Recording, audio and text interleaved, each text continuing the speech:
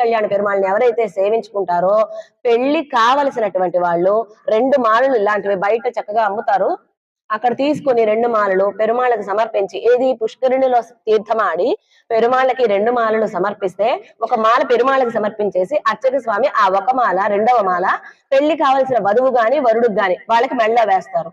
ఆ మాల వేసుకొని ఈ ఆలయం చుట్టూరా స్వామి సన్నిధి చుట్టూ 11 ప్రదక్షిణాలు చేసి ఆ తర్వాత ఆ స్వామిని మళ్ళీ దర్శనం చేసుకొని ఆ మాలతో సహా ఇంటికి వెళ్ళిపోవాలి.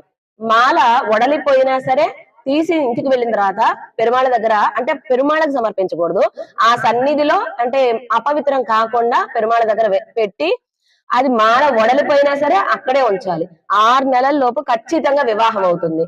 అయిన తర్వాత ఆ వడలిపోయినటువంటి మాలనే అయినా సరే తీసుకొని వచ్చి పెరుమాళ దర్శనానికి వచ్చి మళ్ళీ ఇక్కడ 2 మాలలు తీసుకొని పెరుమాళకు దంప సమేతంగా, వరుడైతే వధువుని తీసుకొని, వధువు అయితే వరుణ్ణి తీసుకొని ఇద్దరు నూతన దంపతి సమేతంగా మళ్ళీ స్వామిని సేవించు